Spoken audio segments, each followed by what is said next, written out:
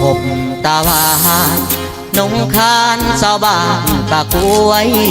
หัวใจของอายหนหวยสร้างงามสวยเศร้าเมืองพู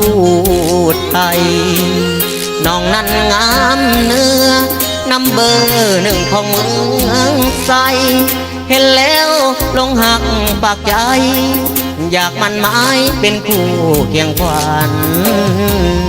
ได้มาในงานบุญกุศลสงกรานต์ปีใหม่เที่ยวทำนางลอดน้ำใส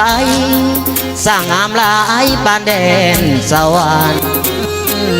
สาวงามโสภาสำเนียงวาจาว่าหวานแม่นพี่เลอพาใจไว้วันเปรียบตัวไอ้นั้นถือมนคาถาสร้างบุญนาผ้าป่าจักกองจึงมีบุญได้ห่วมห้องเป็นเจ้าของสาวนั้นละนาหรือว่ามีแฟนห่วมสายแน่นละนอกแก้วตาหากยังให้น้องหัวอายนี่นะยังวางหัวใจ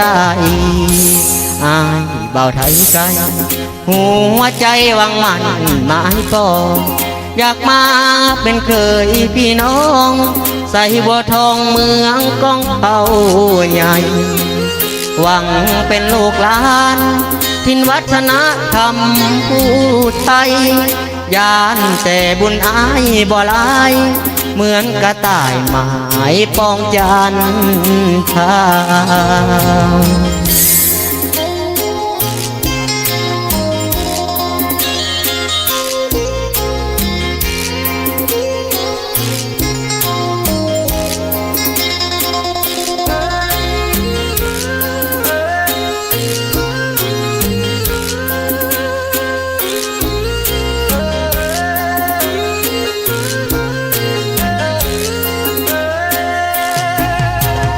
สร้า